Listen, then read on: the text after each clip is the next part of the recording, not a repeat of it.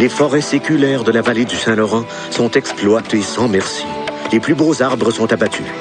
Chaque année, plus de 100 navires emportent vers l'Angleterre les chênes gigantesques et les immenses pins blancs.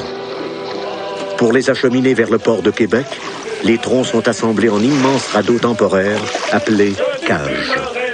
Les cageux vivent dangereusement, défiant les tempêtes et les rapides qui risquent de disloquer leurs îles flottantes.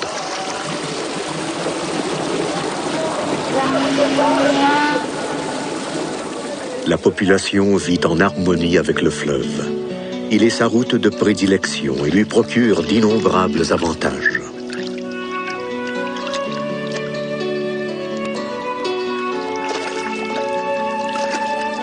Les fermes et villages se multiplient le long des rives. Port-Neuf, Donnacona, Deschambault, Lobinière, avec leurs grandes maisons de pierre tournées vers le fleuve, dont les marées remontent à près de 300 lieues à l'intérieur des terres. Qu'on la boive ou qu'on s'y baigne, l'eau du fleuve a la réputation de donner force et santé. De nombreuses stations balnéaires attirent la haute société de toute l'Amérique. Pour tous, le fleuve est une fête.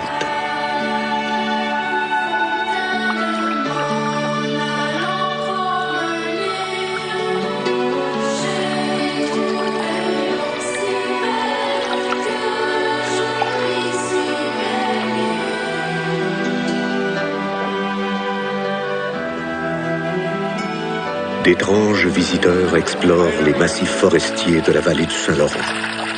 La révolution industrielle a besoin de bois. Des usines de pâte à papier s'installent, véritables monstres dont les appétits dévorent les plus belles forêts du pays.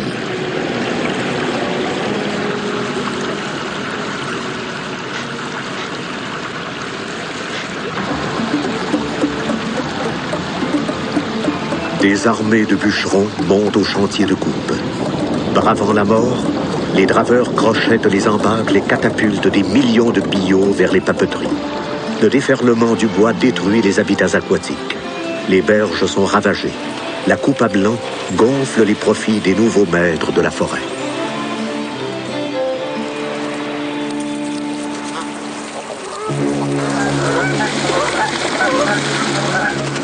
En amont de Trois-Rivières, le fleuve se métamorphose. Il s'élargit et devient un lac immense, couronné lui-même d'une multitude d'îles. Le Saint-Laurent se divise alors en une infinité de petites rivières, baies et lacs, qui offrent autant d'habitats propices à la diversité des espèces animales et végétales. Dans ce paysage souvent embrumé et inondé, les frontières entre la terre et l'eau s'abolissent. Comme si le fleuve, prodigieusement fécond, voulait recréer le chaos originel d'où a surgi toute vie.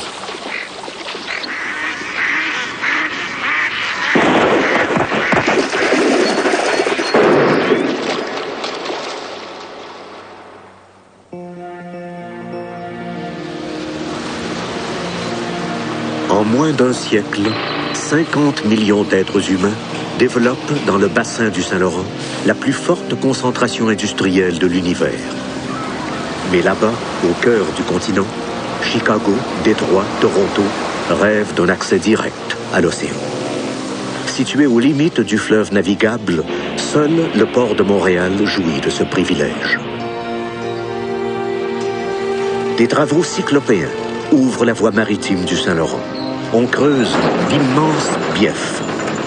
Pour accéder au Grand Lac, on élève des écluses monumentales. Les plus grands navires océaniques se hissent désormais à 180 mètres au-dessus du niveau des mers. À travers des centaines de turbines, le fleuve communique son intarissable énergie aux nouvelles mégalopoles. Endigué, harnaché, dompté, le fleuve bouillonnant s'entête à proclamer sa splendeur et sa toute-puissance. 5 lacs, vastes comme des mers, s'unissent pour célébrer leurs noces éternelles avec le géant et lui offrent la plus grande réserve d'eau douce de la planète. Plus entêté que le géant, la fourmilière humaine le ceinture de ses usines, l'écrase de ses navires, l'étouffe de ses cités. Le colosse qui a désaltéré tant de générations et engendré tant de richesses reçoit en retour les déchets. Le venin que vomissent les usines et les égouts s'infiltre dans ses entrailles. Des milliers de poisons attaquent ces fantastiques réserves. Lentement, le mal se distille dans le grand corps vivant et fluide. Même à 1000 kilomètres en aval, les animaux marins sont menacés d'extinction. Dans leur frénésie de bâtir et de s'enrichir, les hommes ont oublié que le fleuve est vulnérable. Acier, blé, béton, pétrole, pulpe. Alimenté par l'imposante artère maritime, la machine économique ne cesse de grossir. Démesurée, elle menace à son tour le fleuve. Contaminé, asservi, le courant millénaire a-t-il perdu sa force vivifiante?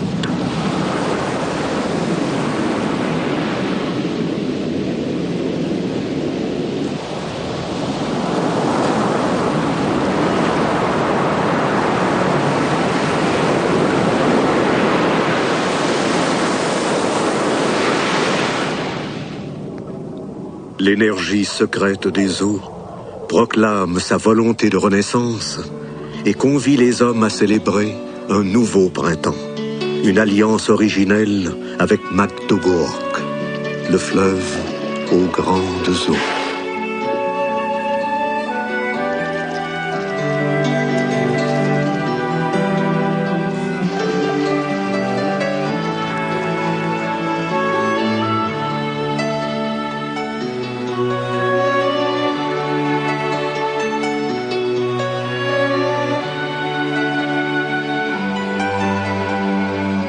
Quatre fois en nomination. Alors, chaque fois, c'est une expérience différente. Puis surtout, la réaction des autres qui perdent, c'est aussi quelque chose qui nous touche parce que naturellement, on aimerait que dans ces circonstances, tout le monde soit heureux avec nous. Mais mettons, l'événement le plus touchant que j'ai connu à Los Angeles, c'est quand le fleuve aux grandes eaux n'a pas remporté l'Oscar. Au lieu que des gens aillent fêter avec les gagnants, ils sont venus fêter avec Radio-Canada parce qu'ils avaient vraiment beaucoup d'estime pour le fleuve aux grandes eaux, au point de vue technique, au point de vue de l'idée, au point de vue du sujet.